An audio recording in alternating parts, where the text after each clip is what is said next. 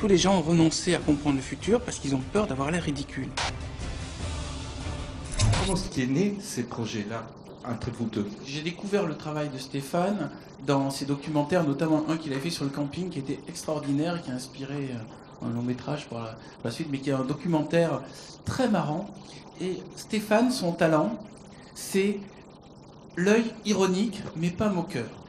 Et là, il a trouvé une position qui est assez chouette, qui est je découvre un phénomène qui n'est pas connu en France. Le choix qu'il a fait des moments où il arrivait avec la caméra et de ce qu'il prenait est révélateur de ce qui l'intéressait. Il faut se glisser.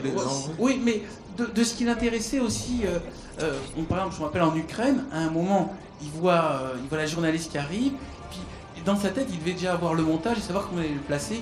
Je crois que c'est important de dire que c'est pas un film qui va raconter la vie, l'œuvre de Bernard Werber. Je pense qu'il peut y avoir plein d'autres films sur sa vie et son œuvre. On parle un peu de ses livres, mais un petit peu. Hein, c'est pas le principal. Et c'est sa vie au quotidien aussi. Voilà, c'est vraiment les coulisses. C'est-à-dire, je me suis dit, je vais partir en tournée comme un chanteur de rock ou un comédien qui part en tournée pour faire un concert. Lui, il est parti en tournée pour ses livres. Et c'est vraiment très étonnant de vivre ça en direct, très proche de lui, cette foule qui se jette sur lui comme si c'était une rockstar, quoi, alors que c'est un écrivain.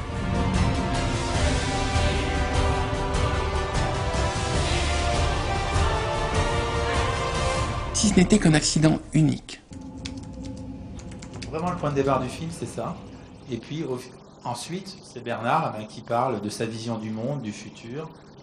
C'est une œuvre effectivement collective où la musique est très importante. Ce qu'il faut bien comprendre, c'est que ce film est vraiment une œuvre collective, mais Stéphane en est d'une part comme le producteur, il en est l'initiateur, c'est lui qui a tourné tous les rushs, et comme le disait Bernard, quand il prenait une séquence, on sait bien que derrière il y avait quand même une idée. C'est pas simplement je mets ma caméra et puis je tourne. Parce que ça, c'est n'importe qui est capable de le faire. Un réalisateur, c'est différent, il a déjà un œil. En particulier, toute la scène qui est quand même assez... enfin, moi qui m'a scotché, où Bernard est vraiment comme une rockstar dans cette énorme salle. Il y a finalement, dans l'image, il y a déjà tout le ferment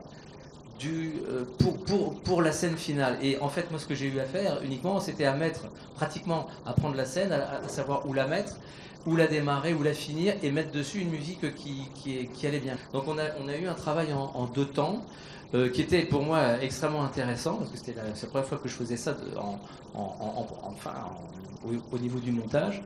Et donc ça aboutit à ça. On a été vraiment...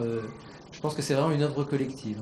Voilà, c'est un film en mouvement en fait, c'est un film qui bouge en mouvement et la musique bien sûr aide ça. Et puis on va se poser sur certaines questions, sur certaines thématiques. Et donc il y a quand même un sens dans le film, il y a quand même une continuité, c'est un film qui dure presque 1 heure.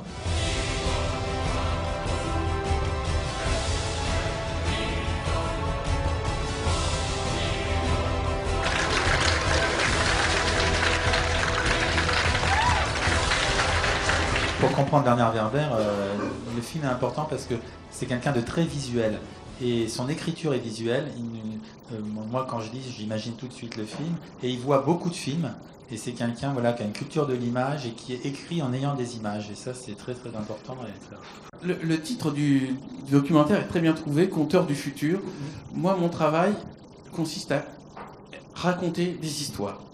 À partir de là, raconter des histoires, c'est pas fait que pour distraire. À mon avis, c'est fait pour apprendre des choses aux gens et c'est fait pour ouvrir des portes dans les esprits.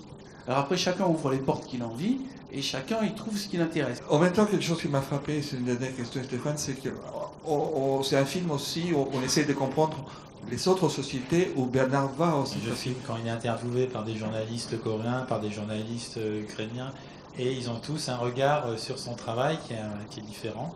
Et on peut effectivement lire ces sociétés à travers la rencontre de Bernard et ses lecteurs. Et les contacts avec les lecteurs, c'est tout à fait étonnant, parce que je ne sais pas combien d'heures, il a parfois 1000 personnes quand il a une signé 600 livres à peu près. En Corée, ça durait 3-4 heures minimum, puisqu'il y avait 700 personnes, les gens étaient là depuis presque, il y en avait qui avaient dormi la veille au soir, c'est un truc de fou, c'est inimaginable. Et puis surtout, il donne du bonheur, c'est-à-dire ils sont là, on le voit dans le film, c'est assez émouvant, quoi. Ils sont là et juste de le voir, ils sont heureux. Et c'est très étonnant. C'est très C'est le étonnant. pouvoir de l'imaginaire, parce C'est qu'ils le pouvoir s'imaginent que je d'imaginaire. suis C'est quelqu'un. quelqu'un et qui je- porte une parole, une philosophie qui pour eux est très importante. Voilà. Et puis pour finir aussi dans le DVD, bon, on a, pour que ce soit complet, on avait rajouté un bonus qui est, Il y a un bonus qui voilà, qui est très intéressant puisque c'est un atelier d'écriture qu'on a filmé où Bernard, en 40 minutes, 40 minutes. c'est- voilà, nous livre un petit peu ses secrets, ses clés pour écrire votre premier roman. Donc vous allez pouvoir devenir tous écrivains. La réalité, c'est ce qui continue d'exister lorsqu'on cesse d'y croire.